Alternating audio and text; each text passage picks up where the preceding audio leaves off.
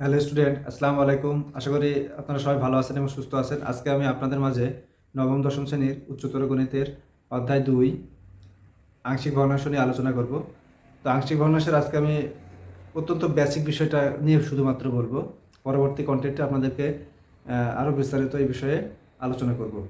তো আংশিক ভগ্নাংশ কাকে বলে সেটা আমরা একটু জেনে নিই। তো যদি কোনো ভগ্নাংশকে একাধিক ভগ্নাংশের যোগফল রূপে প্রকাশ করা যায়, তবে শেষোক্ত ভগ্নাংশের প্রত্যেকটিকে প্রথমোক্ত ভগ্নাংশের আংশিক ভগ্নাংশ বলা হয়। যেমন আমি এখানে লিখে রেখেছি, যেমন দেখেন এখানে আনসার হবে হচ্ছে 2/x + 3/x + 2। তাহলে এখানে 2/x হচ্ছে 5x + 4/x × x + 2, এই ভগ্নাংশের হচ্ছে আংশিক ভগ্নাংশ। অর্থাৎ আমার দ্বিতীয় অংশটি হচ্ছে প্রথমোক্ত ভগ্নাংশের আংশিক ভগ্নাংশ। এখন আমরা ভগ্নাংশের দুইটা প্রকারভেদ আছে। প্রকারভেদ হচ্ছে মূলত তিনটা। আমাদের অন্তত হায়ার ম্যাথের ক্ষেত্রে যে বিষয়টি লাগবে সেটা হচ্ছে প্রকৃত এবং অপ্রকৃত লাগবে। এই প্রকৃত এবং অপ্রকৃত বিষয়টাই হচ্ছে আমরা জানবো। তাহলে আমরা প্রকৃত ভগ্নাংশ কোনটা সেটা আমরা একটু জানি, যে প্রকৃত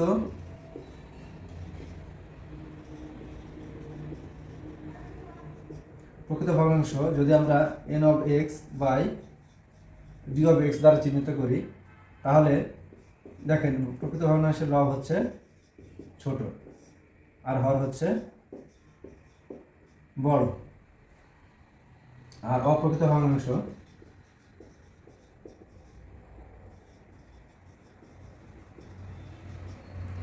ভগ্নাংশের ক্ষেত্রে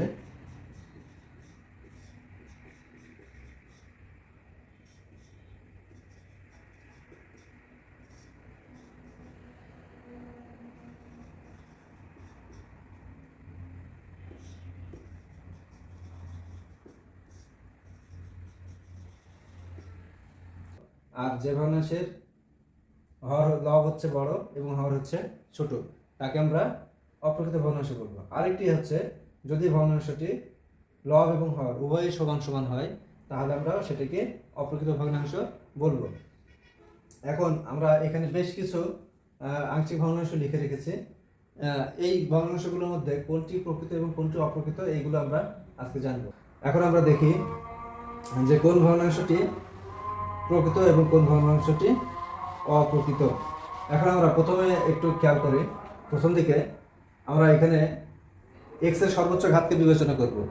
অর্থাৎ আমাদের কোনটি অপ্রকৃত এবং অপ্রকৃত নির্ণয় করার ক্ষেত্রে আমরা দেখব যে লব এবং হরে x এর সর্বোচ্চ ঘাত বা x এর সর্বোচ্চ পাওয়ারকে আমরা প্রাধান্য দিব বা বিবেচনা করব।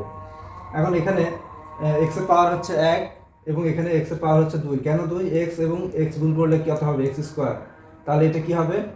এখানে হচ্ছে আমরা কি পাইলাম, উপরে হচ্ছে x আর নিচে হচ্ছে x আর x গুণ করলে x²। তাহলে আমরা উপরে পাইলাম হচ্ছে ছোট, লব হচ্ছে ছোট আর হর হচ্ছে কি? হর হচ্ছে বড়। তাহলে এটা হচ্ছে কি? এই ভগ্নাংশটি হচ্ছে প্রকৃত ভগ্নাংশ।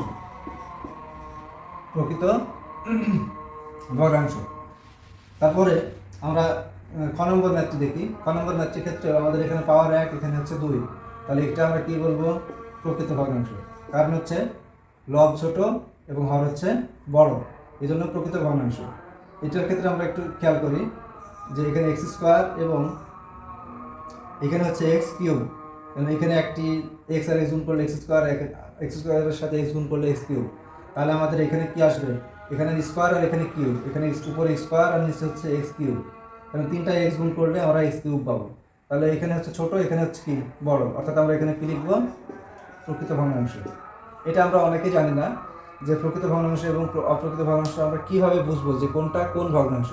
তো সেক্ষেত্রে আমরা এইভাবে নির্ণয় করব। তারপরটি দেখব, তারপরটি হচ্ছে প্রকৃত ভগ্নাংশ,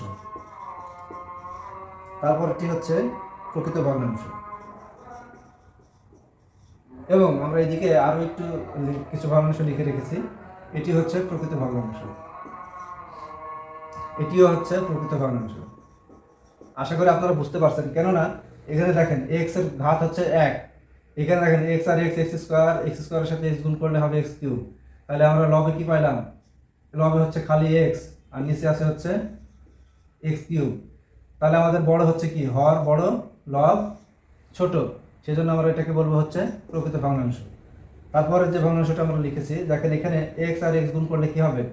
কারণ এটা হচ্ছে গুণ অবস্থায় আছে, গুণ করলে হবে এক্স স্কোয়ার, নিচে কি হচ্ছে আমরা এই এক্স আর এক্স গুণ করলে কি পাবো এক্স স্কোয়ার। তাহলে দেখেন আমাদের উপরের ঘাত এবং নিচের ঘাত এক্সের ঘাত হচ্ছে উভয় সমান, উভয় সমান হলে আমরা কি বলবো, উভয় সমান হলে আমরা বলবো যে অপ্রকৃত ভগ্নাংশ, অপ্রকৃত ভগ্নাংশ।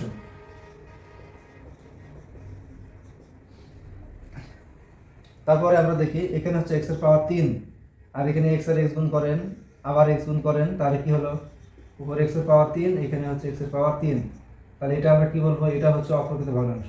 কেন অপ্রকৃত ভগ্নাংশ তার ব্যাখ্যা আমি কিছুক্ষণ আগেই বললাম, যে ভগ্নাংশটি যদি লব এবং হর সমান হয় তাহলে আমরা সেটা অপ্রকৃত ভগ্নাংশ বলবো। তারপরটি হচ্ছে কি, তারপরটি হচ্ছে প্রকৃত ভগ্নাংশ, তারপরটি হচ্ছে প্রকৃত ভগ্নাংশ, কারণ এগুলো হচ্ছে লবের থেকে হরের মান বড়। যদি আমাদের লবের মানটা বড় হয় এবং হরের মানটা ছোট হয় সেটাও কিন্তু অপ্রকৃত ভগ্নাংশ। যদি লব এবং হর উভয়ের সমান হয় সেটাও কিন্তু অপ্রকৃত ভগ্নাংশ। মূল বিষয় হচ্ছে আমাদের লব এবং হরকে নিয়ে, এবং আমরা সর্বোচ্চ সব ক্ষেত্রে মূলত হচ্ছে প্রাধান্য দিব হচ্ছে এক্সের সর্বোচ্চ ঘাতকে বিবেচনা করব। আসসালামু আলাইকুম।